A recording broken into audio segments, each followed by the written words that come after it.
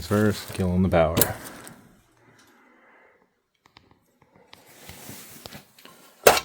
This aquastat does not have provisions for 24 volts to go up to a powered thermostat. Installing a 24 volt power supply and a relay to make the Nest thermostat operate properly.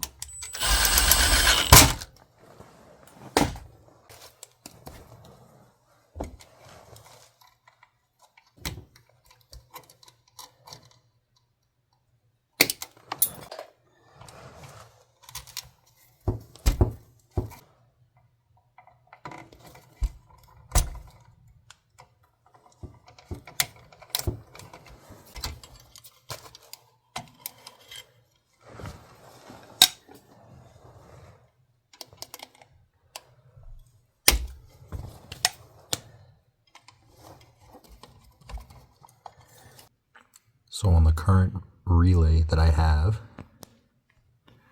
number one is rated for 24 volts on the coil. The coil is the blue leads. And when the blue leads are activated on the coil, energizes and makes a connection between both blacks or both yellows. I have both yellows dead-ended, wire nutted off, so no shorts occur. And I have my two blacks, which I'm going to be using, coming out of the junction box. I have main power running in to the transformer, and everything's grounded. I'm going to put it all back together and continue with the low voltage side. So to explain this the easiest I can, The green and the blue are connected. That runs up to the thermostat on blue. Red and red are connected. White and white are connected. This wire runs to thermostat. These are coming right back down. Now, as per our diagram, the outlet of the relay is black, and that's running over to the aquastat on TT.